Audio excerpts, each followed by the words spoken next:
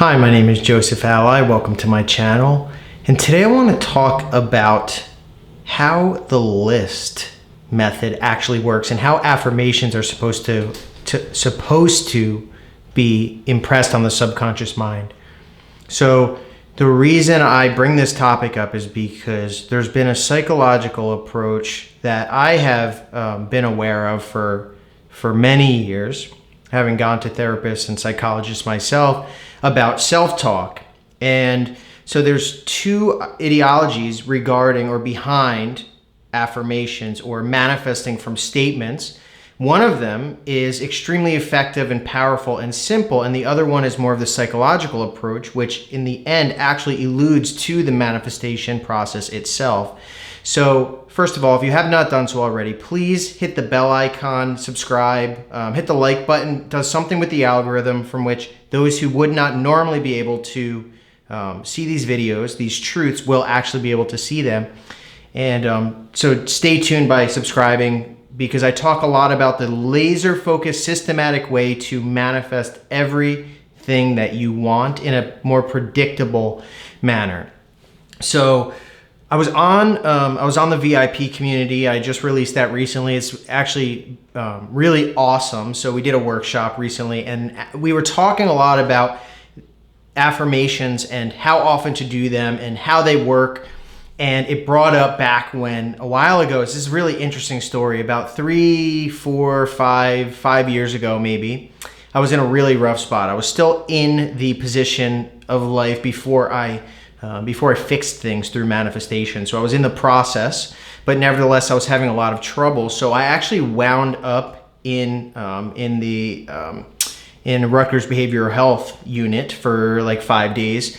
Because I just didn't want to live anymore. But while I was in there, they were talking about self-talk and the way that you talk to yourself. And now I already knew from my research before, some of the research before, that this is a common thing, right? Like Napoleon Hill talks about affirmations a lot. He calls it auto-suggestion, which is just another term for it.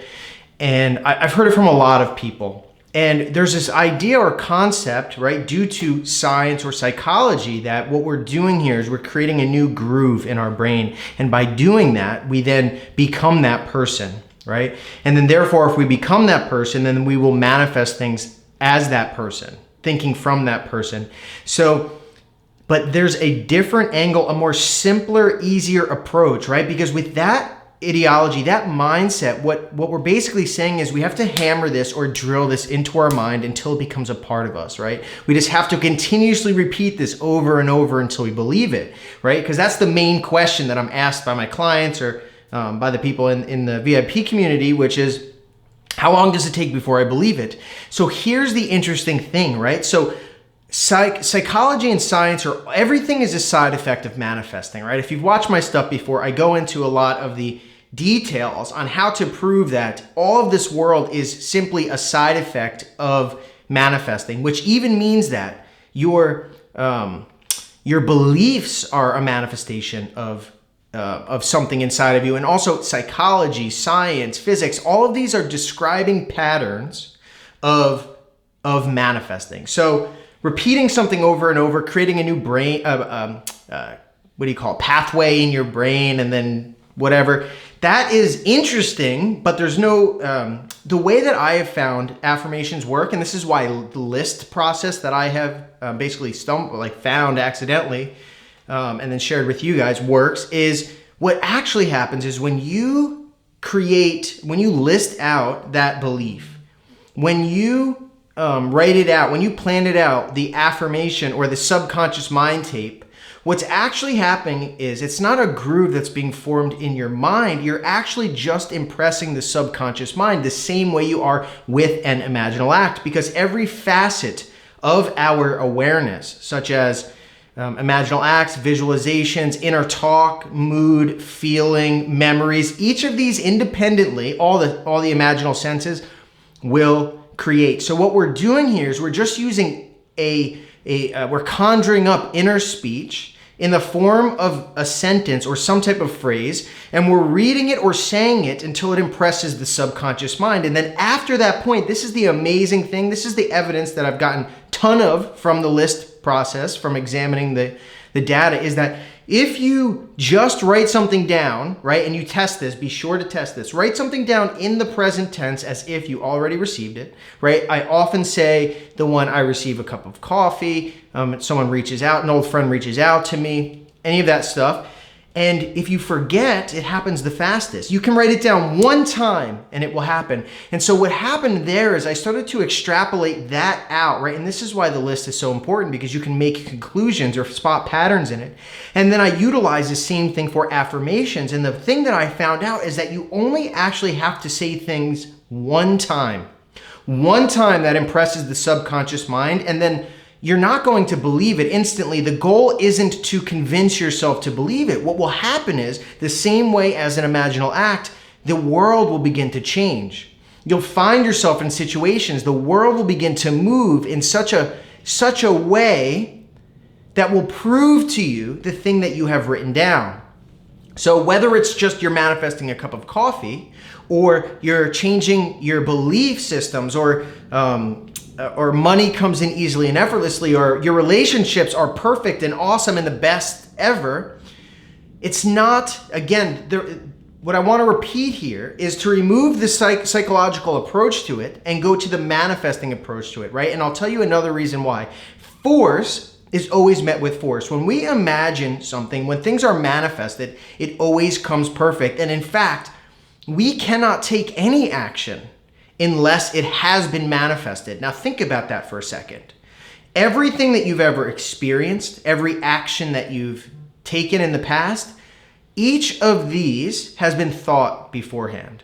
It's been manifested outward. Our very impulses are received from our awareness, from our subconscious mind. So the method is, the way that it works is that we first imagine, then we manifest and we experience our manifestation, and then we react to it. So we cannot take action against that which is manifested, which is why you'll find that if you try to force things to happen, you'll be met with force. Now, trying to jam something into your mind and create a new brain wave or a groove in your brain is force. So instead, take the easy route, prove it, test it to yourself. This really shatters a lot of the previous conceptions that mainstream manifesting talks about, which is the mixing of psychology and science with manifesting, when in fact a lot of manifesting, or all of manifesting, takes place on a different level, the level of awareness. So again, I'll just reiterate, the idea is to define what you want. So if you want a relationship, if you want to make more money, if you want to be happier, you define a scene after the end. After the end, a post-climactic scene, which means after the climax of what you want has already been fulfilled, you outline that either in a scene or that, well, you list it out first. If you're new at this, I highly recommend that you list out what you want and then write it out, because we're talking about affirmations here. So if you want a relationship, I am grateful that I'm in a relationship with such and such. I am so grateful that I'm secure and confident in that. I'm secure and confident and happy in everything that I do. I'm so happy that money comes to me easily and effortlessly. What we're doing here is we're adding, if we dissect that I'm so grateful, is making a clause from which your manifestation has to unfold. So now when it does manifest, it must come in a way which makes you grateful. And then you put it in the tense as if it's already been fulfilled, in such that I am grateful that I am in a relationship with such and such. I'm grateful that money comes to me easily and effortlessly. So we add the past tense or present tense as if it's happened, it's continuing to happen, and it will further happen down the road. That's the way that we phrase this out. And then what we do is, when we play these assumptions in our mind, we record them and put them in our headphones and listen to them, what will happen is generally the ideal moment is when our conscious mind is kind of subdued or distracted, which can happen at any time, and you then impress it in your mind. And if you go from there, you can use minimal effort to manifest what you want. So I just want to be clear on something though. The methodology that I describe here is the most effective ways and not anything more than that, right? One of the problems that I find with manifesting a lot is that people continuously beat it to death. They never stop imagining. They never stop saying affirmations. They never stop at all. But the truth is, and please prove this to yourself as thousands have with the list already, that that's not true. In fact, My manifestations, I will imagine generally one time. That's it. And I get whatever I want. They do not go faster by imagining more. They do not happen, period. That's basically the bottom line. It's not that you have to jam it into your skull. It's not going to come faster. It will come in the fastest way that it possibly can the instant you plant the seed, but we don't have to jam it in there. So the moral of the story is that there's minimum effort required to impress the subconscious mind. So with the list, you'll find you'll write down one statement as if it already happened, and you'll forget about it if you can forget about it. And you'll realize that whether it takes a day, a week, a month, it's going to happen. And so this proof will help you to understand that you don't have to consistently do something. You don't have to consistently hold something in your mind. You don't have to consistently pretend. What you have to do is for a moment's time, impress the subconscious mind successfully. And then no matter what you do, you will receive that which you have set out to do. So I'm going to give you a little bit more information on the subconscious mind tapes, and I'm going to tell you a little bit more about the I am and the affirmation and why we use this tense, but definitely try this and let me know what you have done. So thank you so much for watching.